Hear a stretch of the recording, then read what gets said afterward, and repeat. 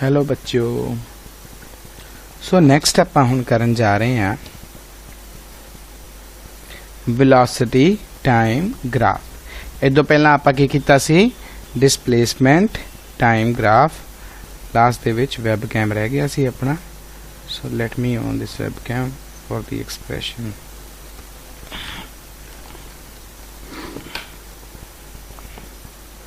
देख रही शक्ल? चलो चलो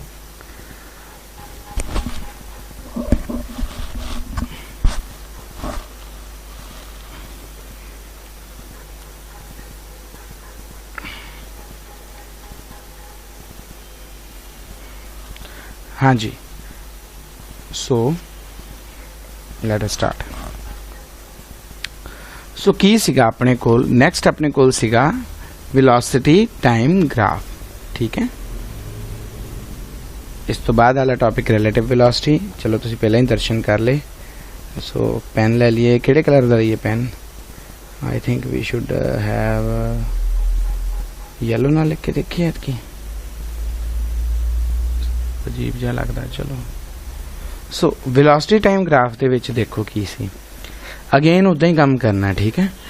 साडा ये मोटिव की है इन्हां चीज़ां नूं समझण दा, मतलब करन दा, कि असीं ये जानना चाहुंदे हां what will happen if we take the things like these. ठीक है, आपां साइंस वाले आपां नूं तजर्बे करके ही चीज़ां दा पता लगदा। ठीक है, पिछली बार वैब रह गया सीगा, इस करके मैनूं लगदा मैनूं गल्लां भी नहीं आईयां, कैमरे मूहरे ज़्यादा गल्लां आउण लग जांदियां।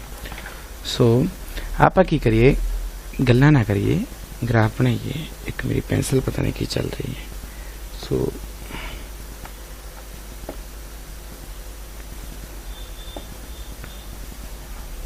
आ बना लिया आप, ठीक है।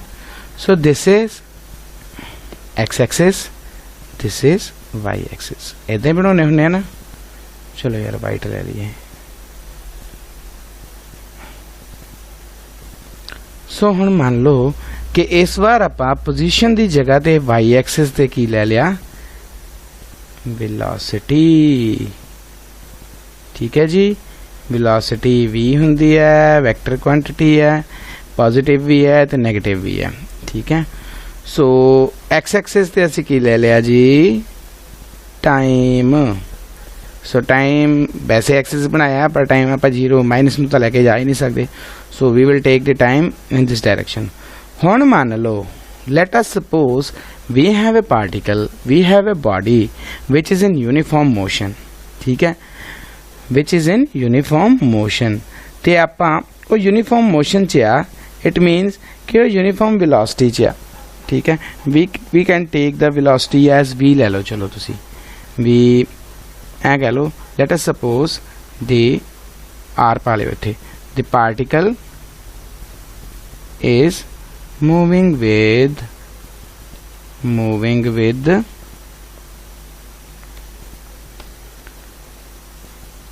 Uniform velocity v।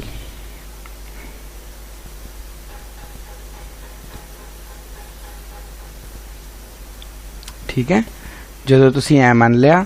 सो अपने कोल मान लांगे भी पार्टिकल इस जगह ते है। आप एक वैल्यू मान ली वेलोसिटी दी। हुण की है, particle is moving in uniform motion. It means whatever भी द टाइम जिदा जिदा भी वेरी करी जा रहा, टाइम दे वेरी करन दे नाल की है अपने कोल टाइम दे वेरी करन दे नाल वेलोसिटी चेंज हो रही है? No, velocity is not changing.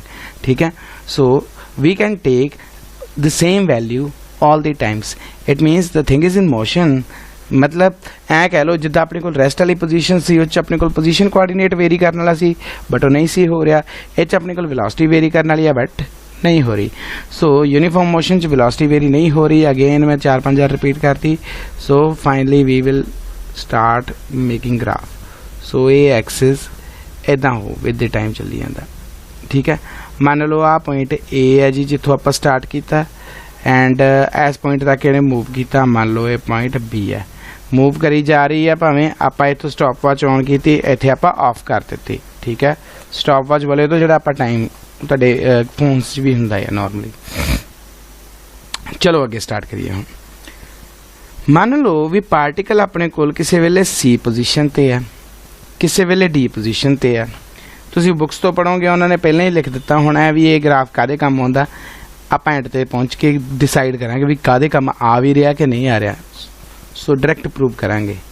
ਸੋ ਮੰਨ ਲਓ ਵੀ ਵਿਲ ਟੇਕ, ਲਿਖ ਲਿਓ, let us suppose we take point C and point D, ठीक है, at two different time values, time दियां दो वैल्यूज ले है ना ग्राफ।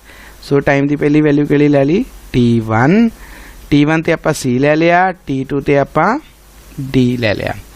सो इन्हां दे परछावें सुट दो थल्ले नूं, ठीक है, प्रोजैक्शनस जिन्हां नूं आपां बोलदे हैं। सो आ पॉइंट मेरे को की बन गया, इनू तुसी नाम दे लो C1, इनू नाम दे लो C2, ठीक है। आप नाम देते ना, आ C हो गया, C1 D दी प्रोजेक्शन, D दी प्रोजेक्शन D1 होगी, सॉरी D1 D2 नहीं, C2 नहीं, D1। सो हुण बेसिकली आपां देखना की हुंदा। स्टार्ट करिए। अपने कोल की बन गया, this is like a rectangle. जे तुसी इन थोड़ा जिहा खुला बना लो, ये किते किते आपां नूं स्क्वायर भी दिखण लग जांदा, ठीक है। But now in this graph जे आपां ध्यान नाल देखिए, साडे कोल ना एक शेडेड एरिया मैं बना लिया। दिस इज कि आपां रैक्टेंगल नूं ऐ लिख सकदे हुन्ने आ, चतुर्भुज नूं तां ऐ लिख लैंदे हुन्ने आ, ठीक है। तुसी की बोलदे हैं, क्वाड्रिलेटरल। चलो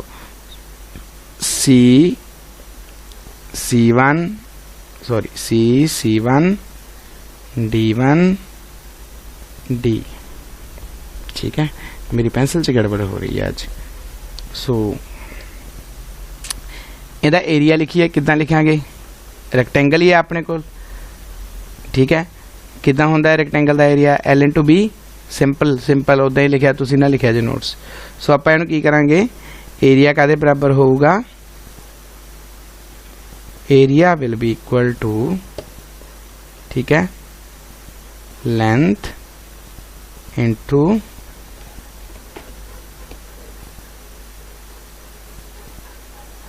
ब्रेथ, ठीक है। इत्थे D हुंदी है नाल।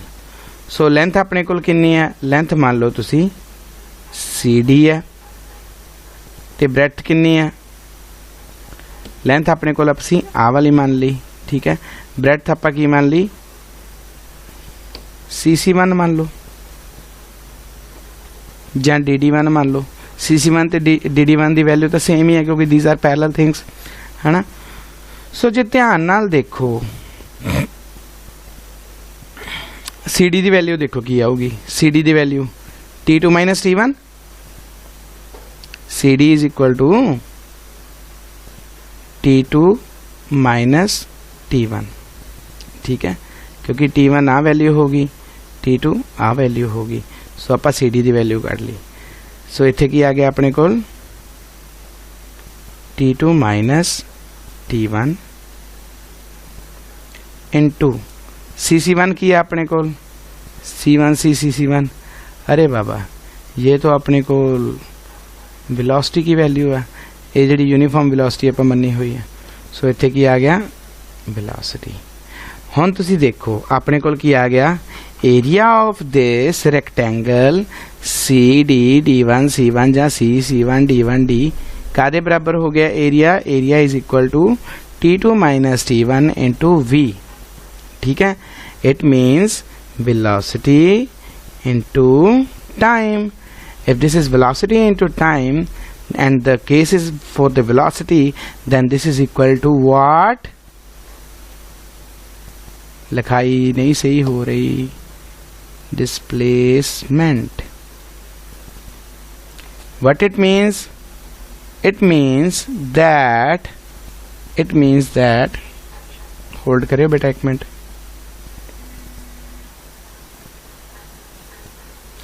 हाँ जी बेटा, कॉल आ गई सी विच स्टूडेंट की किसी दी। चलो हाँ, आप इत्थे देख लिया सीगा भी when we plot a velocity and time graph, ठीक है, तो इहदे विच वी गॉट डिस्प्लेसमेंट, ठीक है। एरिया जिहड़ा ग्राफ दा अपने कोल वो अपने कोल बराबर हैगा इहदे डिसप्लेसमेंट दी। सो डिसप्लेसमेंट हो गई अपने कोल, ठीक है। हुण तुसीं फर्क नोटिस कीता जदों आपां पोजीशन टाइम ग्राफ कीता सी यूनीफॉर्म मोशन वाला, ਉਹਦੇ ਵਿੱਚ ਜਿਹੜੀ ਵੈਲਿਊ ਆਈ ਸੀ ਉਹ ਵੈਲਿਊ ਆਪਣੇ ਕੋਲ ਕੀ ਸੀਗੀ, ਉਹ ਵੈਲਿਊ ਆਪਣੇ ਕੋਲ ਕੀ ਸੀਗੀ, ਵੈਲੋਸਿਟੀ ਦੀ ਵੈਲਿਊ, ਕਾਦੀ, ਸਲੋਪ ਦੀ value. But in this case we have the area of this rectangle, ਜਿਹੜਾ ਇਸ ਰੈਕਟੈਂਗਲ ਦਾ ਏਰੀਆ ਇਹ ਆਪਣੇ ਕੋਲ ਕਾਦੇ ਬਰਾਬਰ ਆ ਗਿਆ, ਡਿਸਪਲੇਸਮੈਂਟ ਦੇ, ਠੀਕ ਹੈ। ਸੋ ਇਸ ਤੋਂ ਬਾਅਦ ਹੁਣ ਆਪਾਂ ਨੈਕਸਟ ਜਿਹੜਾ ਟੌਪਿਕ ਚੱਲਣਾ ਹੈਗਾ ਉਹ ਹੈਗਾ ਰਿਲੇਟਿਵ ਵੈਲੋਸਿਟੀ। ਹਾਂਜੀ, so next topic is relative velocity. So असी रिलेटिव वेलोसिटी जिहड़ा हुण स्टार्ट करन लगे हैं, ठीक है। What do you mean by relative दा मतलब है जदों आपां गल करते हैं, this is from English purely, ठीक है। इंग्लिश टर्म जदों यूज़ करते हैं तो वही अपने कोल साइंटिफिक बन जाती।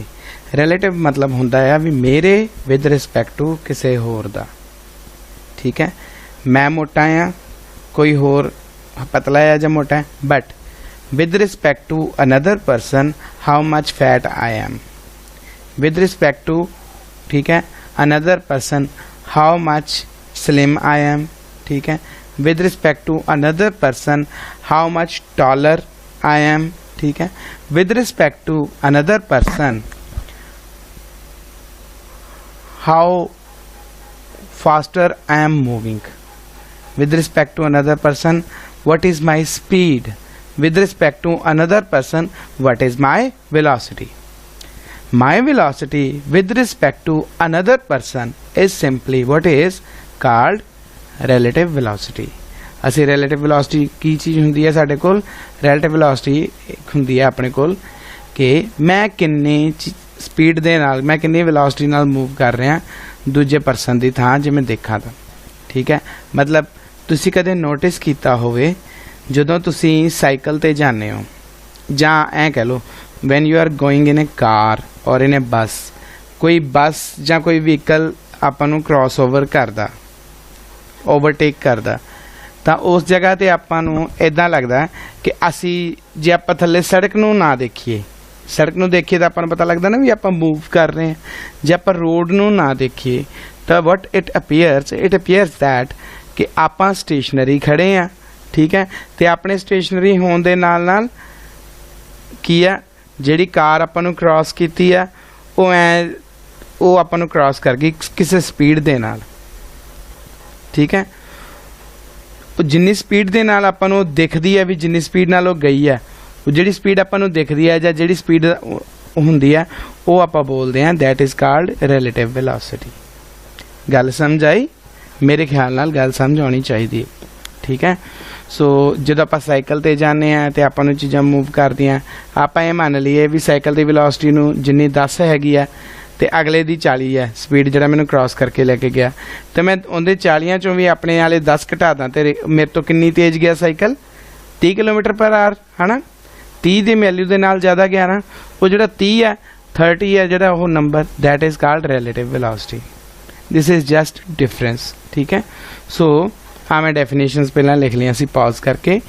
It is defined as, a the typical scientific definition है जी उपरली है, ठीक है।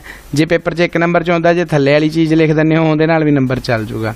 जे अपनी लैंग्वेज च समझाउने आ चलूगा बेटा, अपनी लैंग्वेज दे विच लिखना चलूगा, बहुत वधिया, ठीक है। आपां ये नहीं चाहुंदे हुंदे भी नियाणे रट्टे मारन, ठीक है। सो डेफिनेशन आप पढ़ लो। It is defined as the time rate of change of relative position. Relative position मेरे with respect to another body which is moving on the position time दे नाल कितनी change हो रही है, time rate of change of relative position of one object with respect to another, ठीक है। It is called relative velocity, जहाँ simply आप कह सकते हैं it is the velocity with which one object moves with respect to another, ठीक है। कोई ऑब्जेक्ट दूजे दे विद रिस्पैक्ट टू मूव कर सकता। जिहड़ा लफ्ज़ है ना विद रिस्पैक्ट टू, अगर ये तुहानूं वड्डा लग रहा we can write it like this WR T, इदां भी पा सकते, ठीक है। सो पर नाल टी दे नाल भी dot Pawana with respect to आपां इहनूं लिख सकदे हां बुक्स 'च लिखिया हुंदा है ठीक है। सो नैक्सट इहदे विच आपां करना हैगा वी आर टू फाइंड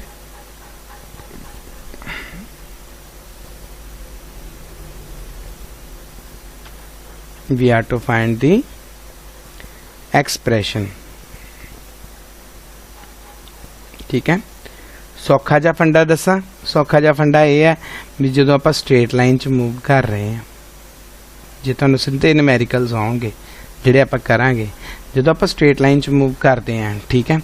तो उस केस च की हुंदा आ उस केस च आ मैं जा रहा आ ट्रेन जा रही है सो मेरी वेलोसिटी ते ट्रेन की वेलोसिटी आपां दोनों लिख लैंदे हैं वी एम मेरी होगी तो वी ट्रेन दी होगी। सो आप जे रिलेटिव वेलोसिटी कढ़नी है ना दोनों की तो रिलेटिव वेलोसिटी कादे बराबर होगी V T minus V M ठीक है। आप दोनों का डिफरेंस ही लेना है गल समझ गए ना ये रिलेटिव वेलोसिटी होगी। So simply we can calculate the relative velocity by subtraction ठीक है आप माइनस करके बट साइंटिफिक डेफिनेशन दिती सी सो आपां साइंटिफिक एक्सप्रैशन देना पऊगा। सो उहदे लई आ चीज़ां नूं एक बार साइड ते रख दो। This is the simple